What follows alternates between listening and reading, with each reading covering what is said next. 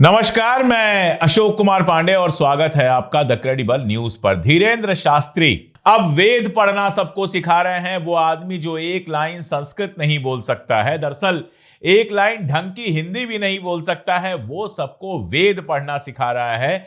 किसी सच्चे वेद पाठी से कभी मुकाबला हो जाए तो 5 मिनट टिकेंगे नहीं, भाग जाएंगे। भारतीय जनता पार्टी के एजेंट की भूमिका निभाते निभाते हिट हो गए हैं। पैसा आ गया है, प्राइवेट जेट से चल रहे हैं, बड़ी गाड़ियों से चल रहे हैं, तो अहंकार आना ही है। लेकिन बीच बीच में ऐसी बातें कर देते हैं जिनसे उनकी मूर्खता बिल्कुल समझ में आ जाती है। जैसे वेदों का जिक्र करते हुए कहा कि अगर वेद जो नहीं पढ़ेंगे वो जावेद और नावेद बन जाएंगे। इनके हिसाब से जावेद और नावेद जो है वो वेद से जुड़ा हुआ है। उनके दिमाग में होगा कि उर्दू का शब्द है जावेद और नावेद, वेद के मुखालिफ कोई शब्द होगा।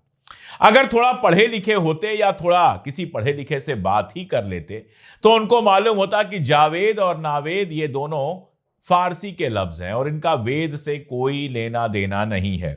जावेद का मतलब होता है अमर, शाश्वत, निरंतर, सनातन कह लीजिए, जो कभी खत्म नहीं होता है, जो लगातार चलता रहता है, ये मानी होता है जावेद का। और नावेद का मतलब अच्छी खबर या खुशखबरी होती है। कई बार तो शादी के न्योते के लिए भी इस लफ्ज का इस्तेमाल किया जाता है।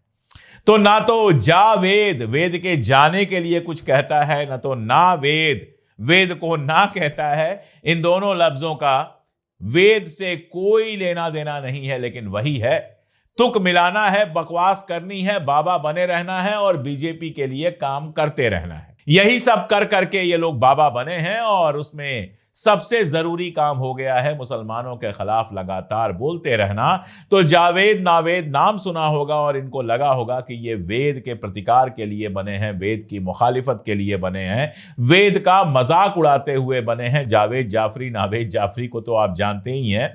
और अगर आप हिंदुस्तान में रहते हैं तो बहुत मुमकिन है कि इस नाम के आपके दोस्त भी हों। मेरे तो कई सारे दोस्त हैं जिनका नाम जावेद है। शास्त्री कहते हैं भोजन 1 दिन तक टिकता है, पानी 1 घंटे टिकता है, लेकिन विद्या जीवन भर टिकती है। पूछना यह चाहिए कि आपने कितनी विद्या ली है। कल तक तो हथेली पे नंबर दबाकर हनुमान जी से फोन पर बात कर रहे थे आप। यह हथेली वाला मोबाइल नंबर हनुमान जी का आपको किसने दिया था? कौन से गुरु से आपको ज्ञान प्राप्त हुआ? और अगर गुरु से ज्ञान नहीं प्राप्त हुआ तो कौन सी डिग्री है आपकी? जिस तरह की बातें करते हैं, जिस तरह से बोलते हैं, उस तरह तो बमुश्किल 8वीं पास लगते हैं। दुनिया को ज्ञान की बात कर रहे हैं, असल में धंधा शुरू करना है। इसलिए खास अभियान की शुरुआत की गई है कि गुरुकुल खोला जाएगा बागेश्वर धाम में, जिसमें लोग आकर वेद पढ़ेंगे। पढ़ाएगा कौन, ये देखने वाली बात होगी। इसके अलावा हवन ऑनलाइन होगा। अब घर घर में ऑनलाइन हवन होगा। वैदिक परंपरा इनके हिसाब से हवन करने की है, जिसमें अभी जो 4 जनवरी बीती है उसमें 3 लाख लोगों ने ऑनलाइन हवन किया। 12 फरवरी को दोबारा सामूहिक ऑनलाइन हवन का आयोजन किया जाएगा। मेरा सवाल यह है कि हवन तो तब होता है जब आग में समिधा डाली जाती है और उससे धुआं उठता है, उसको हवन कहते हैं। मेरे घर में दुर्गा जी की परंपरा रही है। दुर्गा जी हमारे घर की कुलदेवी हैं, तो हम उनके लिए हवन करते रहे हैं। मंत्र भी मुझे आज तक याद हैं, पढ़ा जाता था। या देवी सर्वभूतेषु शक्ति रूपेण संस्थाम नमस्तस्यै नमस्तस्यै नमस्तस्यै नमो नमः। और उसके बाद हवन समिधा के अंदर डाला जाता था और धुआं उठता था। ऑनलाइन स्क्रीन पे धुआं उठ जाएगा, उससे क्या फर्क पड़ेगा? ऑनलाइन कैसे धुआं उठेगा भाई?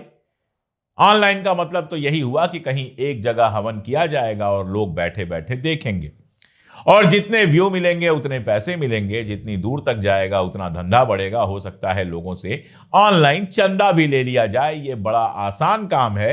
एक तरफ प्रधानमंत्री महोदय रामचरितमानस, रामायण और महाभारत को कस्सा बता रहे हैं और कह रहे हैं इस पर गेम बनना चाहिए, और दूसरी तरफ बाबा लोग ऑनलाइन हवन करवा रहे हैं।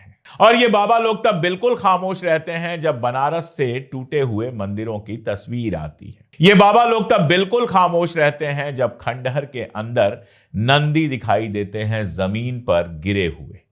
ये लोग तब भी बिल्कुल खामोश रहते हैं जब शिवलिंग खंडित हो जाते हैं। ये लोग तब भी खामोश रहते हैं जब महारानी अहिल्याबाई होलकर की तस्वीर नहीं मूर्ति जमीन पर गिरी हुई नजर आती है।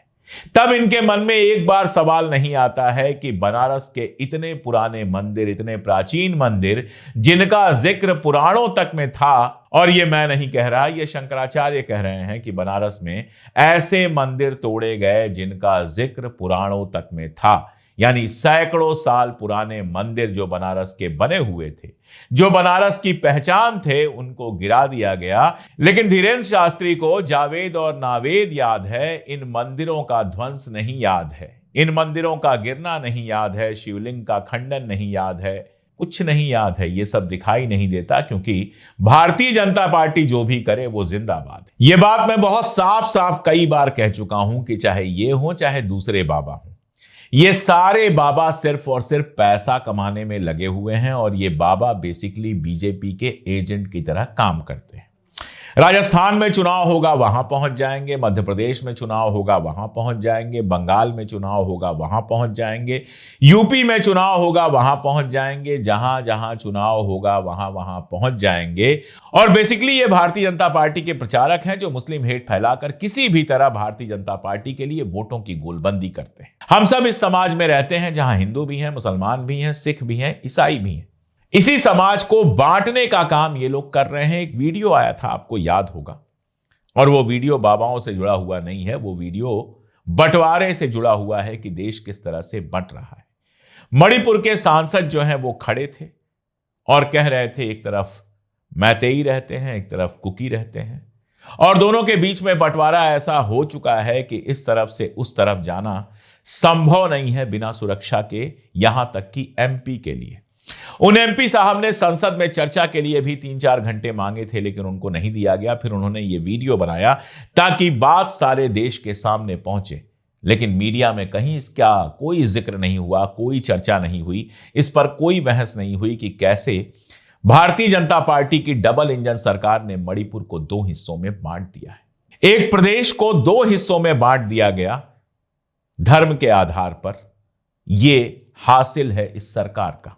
इसलिए मैं कहता हूं कि यह असली टुकड़े टुकड़े गैंग हैं। एक वीडियो बहुत वायरल हो रहा है सोशल मीडिया पर, हो सकता है आपने भी देखा हो। पीछे बजरंग दल का बैनर लगा हुआ है और सामने एक आदमी खड़ा होकर मुसलमानों को काटने पीटने की बात करता है, मक्का मदीना भेज देने की बात करता है। यह समाज के अंदर हिंसा फैलाना नहीं हुआ तो क्या हुआ? यह समाज को बांटने की कोशिश नहीं हुई तो क्या हुआ? जो कानून उमर खालिद और शर्जील इमाम को एक भाषण के लिए बरसों बरस जेल में रखता है, जमानत तक नहीं देता है, वो कानून इन पर क्यों नहीं लागू होता है जो सीधे समाज के बंटवारे और हिंसा की बातें कर रहे हैं, जो सीधे बंदूक की गोली चलाने की बात कर रहे हैं? उनके ऊपर कहीं कोई बात नहीं होनी है। ये बाबा लोग ऐसे ही लोगों को बढ़ावा दे रहे हैं, लगातार मुसलमानों के खिलाफ हेट फैलाकर। वेद से जावेद को जोड़ देना मूर्खता तो है, भारी मूर्खता है, अज्ञान है, अनपढ़ता है, लेकिन साथ में साजिश है। आम आदमी भी नहीं जानता कि जावेद का मतलब क्या होता है। वो भी इस बात को सुनकर बहल जाएगा, उसको लगेगा अच्छा जावेद नावेद जैसे नाम जो है वेद के अपमान के लिए बनाए गए, वहीं तो इशारा है।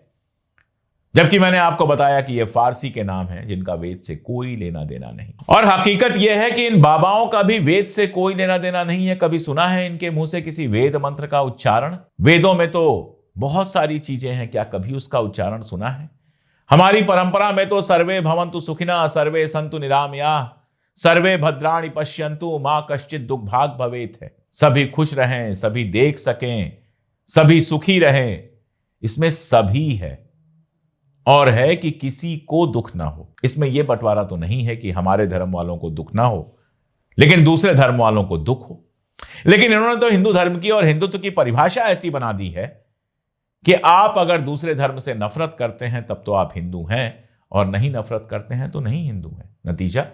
नतीजा पूरे देश में हिंसक माहौल बनाकर रख दिया है। अभी उड़ीसा से कल की खबर आई कि एक मुस्लिम युवक को पीट पीट के मार डाला गया, लिंच कर दिया गया। और ऐसी खबरें रोज आती हैं, कभी बिहार से, कभी उड़ीसा से, कभी राजस्थान से, कभी मध्य प्रदेश से, कभी यूपी से। और मैं पूरी जिम्मेदारी के साथ कह रहा हूं कि जो लोग नफरत फैला रहे हैं वो असल में जिम्मेदार हैं देश के अंदर जो ये धार्मिक विभाजन हो रहा है उसके लिए। वे दरअसल टुकड़े टुकड़े गैंग के असली मेंबर हैं जो जावेद और नावेद जैसे नाम को वेद से जोड़कर लोगों के बीच में इनडायरेक्टली धार्मिक हिंसा और धार्मिक नफरत फैलाने का काम कर रहे हैं। वेद पढ़िए, वेद पढ़ाइए, जो पढ़ना है पढ़िए पढ़ाइए। मैं कहता हूं कि हर किताब पढ़ी जानी चाहिए और यह फिर तय किया जाना चाहिए क्या सही है क्या गलत। धार्मिक किताब हो या अधार्मिक किताब, हर किताब पढ़ी जानी चाहिए। मैं खुद कोशिश करता हूं कि जहां से जो मिले वो पढ़ सकूं, लेकिन एक किताब को दूसरों को दुश्मन बनाने के लिए अगर इस्तेमाल किया जाए तो या तो आईएस जैसा संगठन बनता है जो सबसे ज्यादा मुसलमानों की ही हत्या करता है और इजराइल के इशारों पर नाचता है, या फिर हमारे यहां जिस तरह के संगठन बन रहे हैं वो बनता है। आप हिंदू हो, मुसलमान हो, सिख हो, ईसाई हो, आपको अपने धर्म को अच्छा मानने, सर्वश्रेष्ठ मानने और अपने धर्म का पालन करने का पूरा अधिकार है। लेकिन जिस दिन कोई धर्म के आधार पर दूसरों को नीचा दिखाने की कोशिश कर दे, ये समझिए कि वो इंसानियत का दुश्मन है, चाहे वो हिंदू हो, चाहे मुसलमान हो, चाहे किसी धर्म का।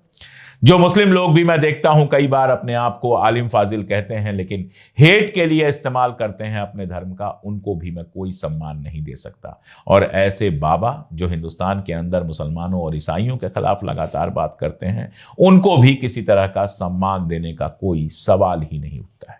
आप अपने बारे में बताइएगा, आपको क्या लगता है दुनिया कब खूबसूरत होगी? धर्म के आधार पर बंटवारा करने से, या फिर तब जब हर मुल्क में हर धर्म के लोग मिलजुल कर रह सकेंगे? सोचिएगा और बताइएगा। आज के लिए इतना ही, बहुत शुक्रिया।